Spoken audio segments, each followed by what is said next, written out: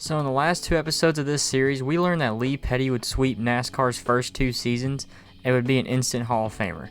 So today in this series' third episode, we will be covering the 1951 season.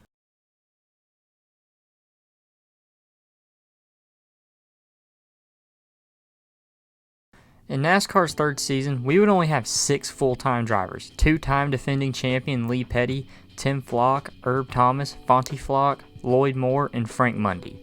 In the first 8 races, we would only have 2 full-time winners, with Tim Flock winning race 3 at Mobile, and Fonty Flock would win race 5 at Hillsboro and race 7 at North Wilkesboro. So after 8 races, Fonty Flock would lead the standings by 41 points over brother Tim Flock and would be 176 points over Herb Thomas. At Canfield, Fonty Flock would finish 3rd, while Tim would finish 2nd and would shrink the gap to 36 points. At Columbus, Tim Flock would win the race and take the point lead by 51 points over Fonty, who finished 25th. At Columbia, Tim Flock would finish 7th, while brother Fonty would finish 12th and would stretch the gap to 70 points.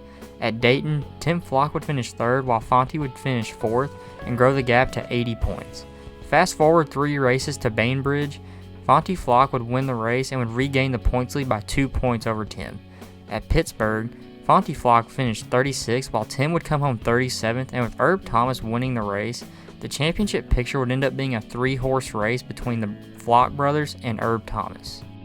At race 17 in Weaverville, Fonty Flock would win the race, while brother Tim would finish 11th and would grow the gap to 54 points, while Herb Thomas would finish 3rd and was now 129 points back.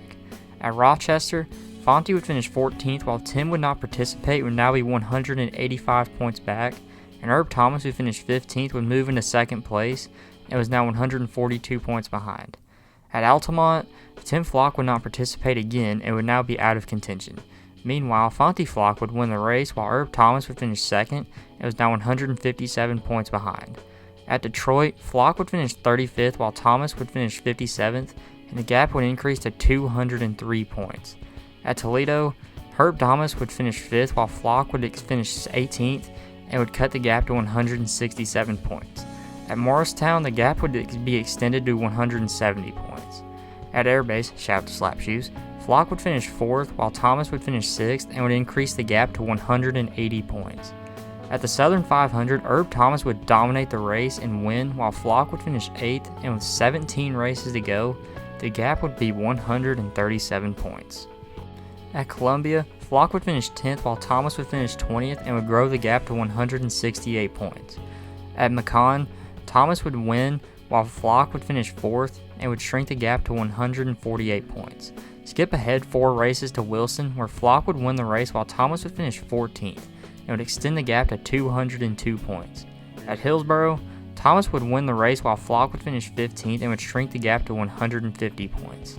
At Thompson, Thomas would finish 26th, while Flock would not participate, and with 9 races left, the gap would only be 64 points. Fast forward to race 34 at Martinsville, Herb Thomas would finish 18th, while Flock would not participate and would give the point lead to Thomas by 40 points. At Oakland, Flock would finish 11th, while Thomas would not participate and would take the lead back by 90 points. At North Wilkesboro, Fonty Flock would win the race, while Thomas would finish 21st and would extend the gap to 170 points. At Hanford, Flock would finish 24th, while Thomas would finish 28th and would increase the gap to 179 points.